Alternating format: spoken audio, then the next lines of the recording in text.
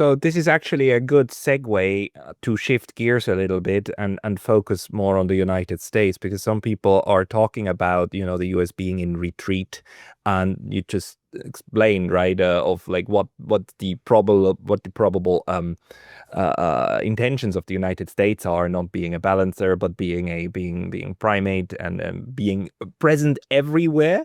But it's kind of, we're at a strange moment where we see how the US has, like, it has a Ukraine policy, it has a West Asia, Gaza genocide policy, and it inserts itself everywhere. Now the newest one is that it's inserting itself in Venezuela even more than before, and it's openly threatening military intervention. I mean, it's already sunk 4 ships, right? And we all, living in East Asia and in the Pacific, we are all aware that, the talk about weaponizing states over here in order to fight China in an open war, that discourse is also still present, while at the same time, it seems that the rhetoric from Washington is we want to focus more on our hemisphere. How do you make sense of this? Look, I think that there are 3 parts to this question. One is the American diagnostics, which is how America diagnoses the state of the world and its position in it today. And the other parts that come from that is a means-end relationship. What are its objectives and what are the means by which it pursues those objectives? The diagnostics, I think, is in flux. Clearly, the experiences over the last 10 years has delivered a world in which American unipolarity is towards the end, is at an end, is in the rear vision mirror, something like that. The debate is, of course, where it is in that particular time frame, which then leads to a view about what it can or can't do. So it depends on your diagnostics as to what your objectives are. But the macro objectives of American primacy globally, being everywhere, being able to fight 2 wars at the same time, and arguably with ambitions to be able to fight 3 peer wars at the same time, have remained unchanged. There is talk, of course, about a draft defense strategy, which emphasizes the defense of the homeland. But this raises the question of not just the ends, because that describes, in a sense, the ends, but what its means are. And the US framing of its means is that the best defense of the homeland is to actually project outwards, right? So simply by talking about the primacy of protecting the homeland doesn't necessarily mean that it has changed its broad strategic sense, which is to project out. Having said that, it's also confronting material constraints. So it might still have an objective of dominance in the name of protecting the homeland. It might still have a strategic ambition to do that by projecting out, but it can't do it in the way that it used to, because it doesn't have the means to do so itself, and it is confronting an operating environment where the others that it views as its peers are much stronger than they used to be. So what is America doing? It seems to me that the United States has not given up on the idea of being, at worst, the leader amongst equals, right? So even if it conceded that there were peers, it certainly doesn't see itself as one amongst equals. It sees itself as above that. Some are always more equal than others, and in that sense, the United States is Orwell's Napoleon. In saying that, it means that it is recalibrating its resources. And it's doing that by pushing out responsibility to partners around the world. It's pushing out resourcing responsibility to partners around the world. And ultimately, in doing so, it's pushing out risk to its partners around the world. It does that under the name of so-and-so needs to do more in its own defense. They need to spend more. So wherever the United States has gone, it has been pushing its allies to increase defense spending as a percentage of GDP and at the same time, in doing so, purchase more military hardware from the United States. So the US is more or less saying, you take on the load of being the front line. We've seen an experience of that, of course, tragically over the last 3 years in Ukraine. Yeah. And interestingly, I think that in Southeast Asia and East Asia generally, that experience is actually leading to quite a lot of soul searching, particularly by people who live on Taiwan. Again, these are unresolved questions, but there is clearly a shift in a lot of public attitudes and even in elite discourse about the future of American defense of Taiwan and what the Ukraine experience tells us. And there are emerging voices who more or less are saying, we don't want to be led up the primrose path of Asia to essentially be the dispensable other for American ambitions.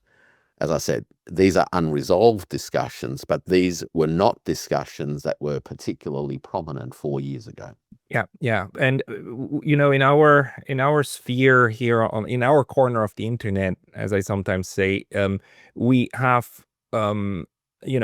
analysis also about what's happening in these East Asian states when in regards to how subservient certain states are to the United States interests or not. Brian Berletic, very importantly, made this argument. Look, what's happening currently, what happened in Nepal, what happened, the protests in the Philippines and the protests in Indonesia are extensions of the United States, again, like meddling in internal affairs through these NGO networks, the way that we've seen before also in Europe, in Georgia, which kind of fended it off, Moldova, which couldn't, and we're seeing, and Ukraine, which couldn't, right?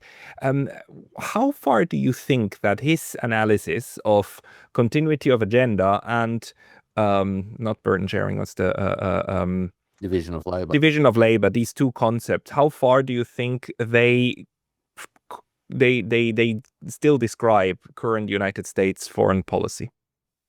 Look, my instinct is that continuity of agenda is right. There has not really been a fundamental change in the agenda. The division of labor question, as I tried to get to earlier, is a concept that I think needs a little bit more teasing out, because this division of labor is taking on very particular forms, either by pushing resource responsibilities and risks to partners, or, of course, mobilizing the NGO networks as part of ways in which America can mobilize the resources that it has available to it in the name of either destabilizing the regions of its adversaries to either buy time or what have you. But what's interesting, I think, about these moves is that they aren't consequence-free, meaning that as the United States pushes responsibility onto partners or insists that partners take on greater resourcing responsibility and risk, they also at the same time open up a space in which some partners, allies, will see risk and opportunity. So I think of Japan, for example, who has, I think, seen this recalibration from the United States as a small window of opportunity to perhaps reassert to some extent a certain level of Japanese autonomy. Now, there are constraints to all of this, right? So the issue here is understanding the nuance about what's going on, because the United States still occupies Japan militarily and has other sinews that spread through the Japanese body politic. But at the same time, I think it's really clear over the last 10 years that the Japanese political elite have sought to carve out a little bit more elbow room, shall we say. And as America, in a sense, pushes responsibility to others, that's also an invitation for others to take more of the space that the United States once occupied. So there are some potential downsides, so to speak, for American hegemony over time, because the more you empower partners to do stuff, at some point they need you much less. Yeah, it's quite funny, like, it happened in 2023, right? That Japan then said, okay, we're going to increase our defense spending from 1% to 2%, and we're going to develop indigenous capabilities and so on. And that was universally celebrated in the United States, as finally Japan is transforming from being the shield to becoming the spear and a better ally, and blah blah blah. And I just thought to myself, you guys, you're kind of misreading this, because inside Japan you have basically these two groups. One that says we need more military spending in order to support the United States more. The other one that says we need to have more spending because we cannot trust the United States anymore. They're not a reliable partner. Both of them converge in saying, like, okay, we need a bit more indigenous capabilities. Therefore, we develop that. And which one of both routes it will go is anyone's guess.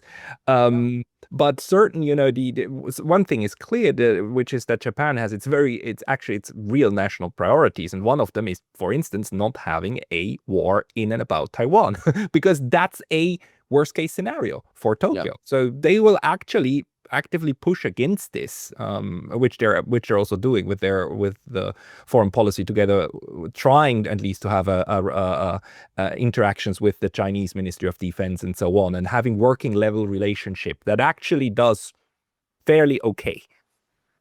Yeah, and look, I think if we throw Republic of Korea into the mix, we also have a population on the Korean Peninsula which is now highly doubtful about American willingness to come to the Republic of Korea's defense, push come to shove. So much so that, of course, in Korea now, in South Korea, there are substantial voices clamoring for nuclearization of Korea. And I'm also aware that in Japan, of course, there are some voices along those lines as well. Obviously, in the Japan experience, that issue has its own sensitivities. Very much. But clearly, there is a doubt about the dependability of the United States that has opened up a space that you can't close down that easily anymore. So this is so even though there is continuity of agenda, the fact that the United States doesn't quite have the means to prosecute that agenda in the way that it once was has meant that its means end couple has decoupled, and it is by having to create these other things, whether it's the Quad or the Philippines, Japan, United States minilaterals. So this network of minilaterals actually speaks to a kind of fragility in American projection into the region, and an opening up of spaces in which countries firstly feel doubtful and concerned, but it's a space in which they can actually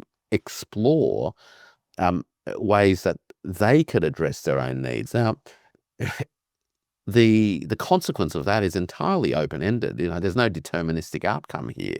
But Japan, the two Koreas, China, and of course Russia, in that Northeast Asian part of the world, actually all have very good reasons to find ways of crafting a meaningful security outcome, recognizing that of those 5 countries, 3 of them are nuclear enabled, and the other 2 are dependent upon another nuclear power a long way away.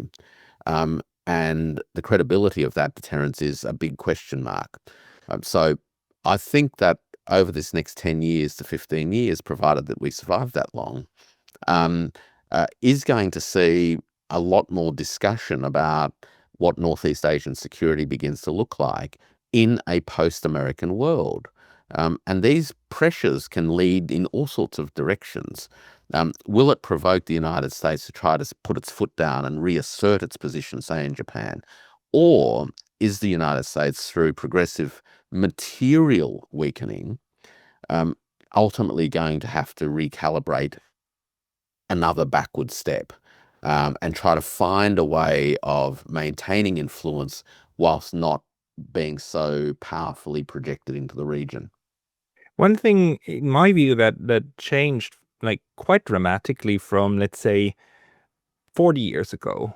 Let's go to the 1980s, which that a word that used before, you got a lot of buy-in to the US kind of generated system. And I mean, okay, from a Japanese experience in the 1980s weren't perfect for that because the US was pressuring Japan very badly, kind of a little bit the way that it's pressuring China now, although with China it's way through the roof, but the Japanese had a similar experience. But still, even in that moment of extensive US pressure to like self-restrict exports and so on, you still had all of that cultural power of the United States, and you know, people wanted to be part of that and get the music, get the, you know, the whole buy into the soft power and the blue jeans and whatnot that were still a thing. But there a lot is also like new spaces are opening, right? You see also in this cultural realm buy-in into Korean culture, actually also into Chinese culture, into new partnerships, and the United States, the more they do this, the more they try to make themselves look like a bully, the more they are perceived actually like a bully. Do you have any views on that one? How this is changing the space? Yeah, look, there is a generation now. You know, we are 80 years on from the end of the Second World War.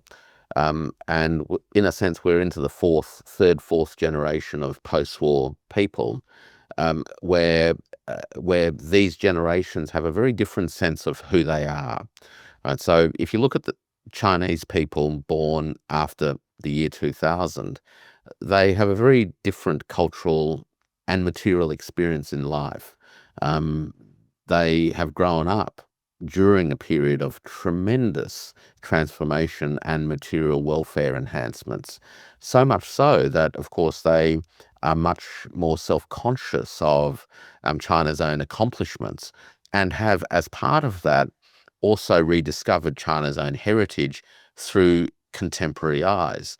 So this sense of nationalism, which of course is a double-edged sword, as we understand, it has become more pronounced. I think we see that also in Korea and in Japan, and also across other parts of Asia, where 80 years on from the end of the Second World War, maybe 6, 7 decades on from the end of colonialism formally, we're starting to see countries realize that they have a lot of their own selves to bring to the table. And perhaps China's own experience in its growth and its ability now to stand up quite strongly in the face of American pressure does give some courage to others to bring their best selves to the table. And I see this right across Southeast Asia when I travel, whether it's in fashion, whether it's in food, whether it's in entertainment, movies, television shows, and all these sorts of things, as well as literature. I think that there is a rejuvenation of um, indigenous or local cultural forms that are part and parcel of globalization 2.0. So these aren't retreats into autarky, right? These are actually an expression of national and civilizational sovereignty in the context of being global citizens. And I think that that's quite a profound combination. Yeah, in a sense, it's actually a process I like. I mean, in order to be a global citizen, an Indonesian doesn't have to pretend anymore to be a New Yorker. You can be a Jakarta, a proud Jakartan citizen, and be recognized by everybody else, by somebody in Moscow, somebody in Beijing, as okay, part of our common globalization in our own ways. Yeah. And look, I think that this is the challenge that we now face, right? How do we work through this phase of difference where cultural hegemony, social hegemony, economic hegemony, financial hegemony, military primacy gives way to plurality, and where plurality at an international level can flourish in ways that are cohesive rather than divisive. Yeah. So that's the challenge, because at a domestic level, we see, for example, in the United States, plurality, particularly cultural plurality, has been framed as the seeds of the threat to Americanness and American cohesiveness as a culture and as a nation. And whatever those threats are being defined as, the enemy from within, they are now being targeted as threats to American civilization itself. And and so America itself is struggling now with this idea of plurality within its own polity. Can the world writ large find ways of embracing plurality whilst at the same time enabling that plurality to lead us to a more constructive and positive sets of international and intercultural engagements? Or does that become the basis of fracturing and wars again? I hope it's the former. I think, I'm mildly hopeful, if not always optimistic, that in fact most countries intuitively understand how this works. It's like Pascal, they've got centuries of lived experience to draw on. True. There was, for example, an Asia before the Europeans. Mhm. There has been a world before American hegemony. And these cultural muscle memories are deeply embedded in the ways that people over the centuries have been dealing with each other. Uh, And that is a resource that we can all draw upon. But Warwick, you need to explain that to me. I mean, before the Europeans discovered Asia, I mean, how would anyone know about it? I'm sorry. It is, I, I mean, the kind of this mindset, I kid you not, it's still around. It's this kind of, this is one of the things that frustrates me, with the Europeans very much. But maybe just as a last point, we I agree with you. The dangers are there, the chances as well. But one of the things that bothers me very much is when I think about how many examples that we have, even in recent history, of multicultural, pluralistic societies suddenly, or at least on the surface of it, suddenly fracturing. Yugoslavia, horrible war. You've had the this European kind of, the way that Austria, Hungary, like, and so on, broke apart. You have the Eurasian mainland is one continuous story from Portugal to Vladivostok and Beijing and Singapore of like pluralism, and all the way to Indonesia and, as well, right? Every 20 kilometers, 30 kilometers, like, dialects start changing. And sometime this can go fine. And then there's other times when this can be blown up from the inside. I mean, the Soviet Union was blown up because nationalism, the Russians wanted out. And how do you evaluate the threat of this pluralism going wrong again, in this sense of then morphing into toxic nationalism that blows up communities that used to be able to live together? Look, it's a distinct possibility, right? So, multipolarity, um, good things can become bad and bad can become good. And multipolarity in and of itself could actually be the seeds of incredible chaos and Yeah. destruction, whilst at the same time offering hope for a more prosperous and peaceful future. So, in and of itself, it requires work. Now, how do we achieve that? Well, this is the conscious bit, right? And this is about bringing something to the table, which is to be perpetually and consciously mindful that there is a purpose to the actions that states, I guess, undertake, which have consequences. And if we prioritize peace, stability, and prosperity as important and, in fact, paramount existential objectives, then everything that we do needs to be calibrated against those objectives. We must, or the leaders of countries and citizens as well, need to, in a sense, ask themselves all the time: does this contribute to more sustained stability, peace, and prosperity, or is what we're doing laying the groundwork for greater risk and uncertainty and violence? And I think countries that can show restraint in how they deal with each other, and I come back to the ASEAN experience. A lot of Western observers over the decades have been really critical of ASEAN as being toothless and slow and cumbersome and all those sorts of things. But look how it's managed to ensure that such a diverse array of cultures and peoples have managed to get by and get along and achieve things together. Yeah, sure, it's slower compared to someone coming in and belting someone over the head and saying, this is what you're going to do, and imposing an answer or imposing a solution from the top down. But it's far more sustainable when there's buy-in. It takes time and effort, though. And I think if we can bring more consciously this kind of ethos to the table, then multipolarity, multinodality, or whatever it is that we end up calling this world, is something that we can work with and contribute towards.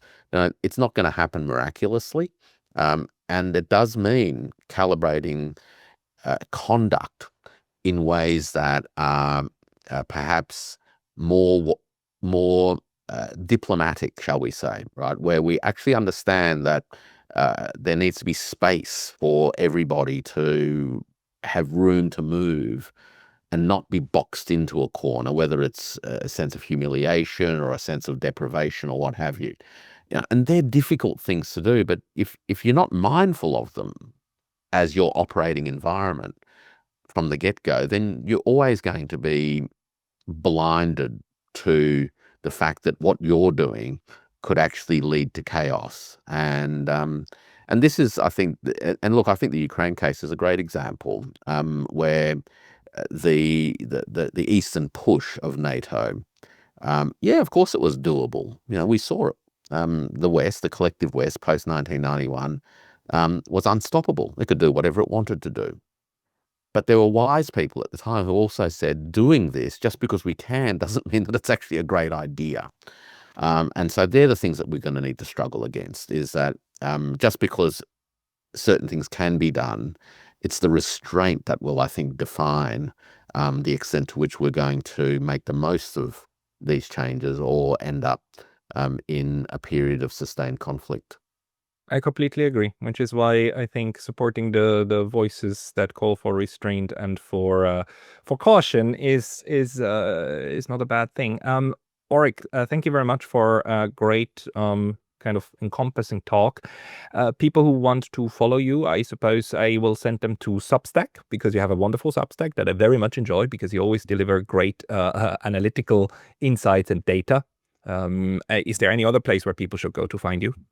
Look, I'm doing my own little channel, but it's one that I try to bring Asian voices in particular as a story. So TIO Talks with Warwick Powell. It'd be fun if people sort of dropped in there. I only do a show once a week, so I'm nowhere near as productive and as prolific as yourself. But Substack's probably a great place for people to keep an eye on the things that are bothering me and that I'm trying to work through myself. Everybody go and check out Warwick Powell's YouTube channel that he has, his Substack, his X. The links will be down in the description below. And actually, I saw that YouTube has a new feature in which we can do collaborations, and we can both be listed as channels. Let's try this out and link us together and see where this video goes. Okay. Warwick, thank you very much. Absolute pleasure again, Pascal.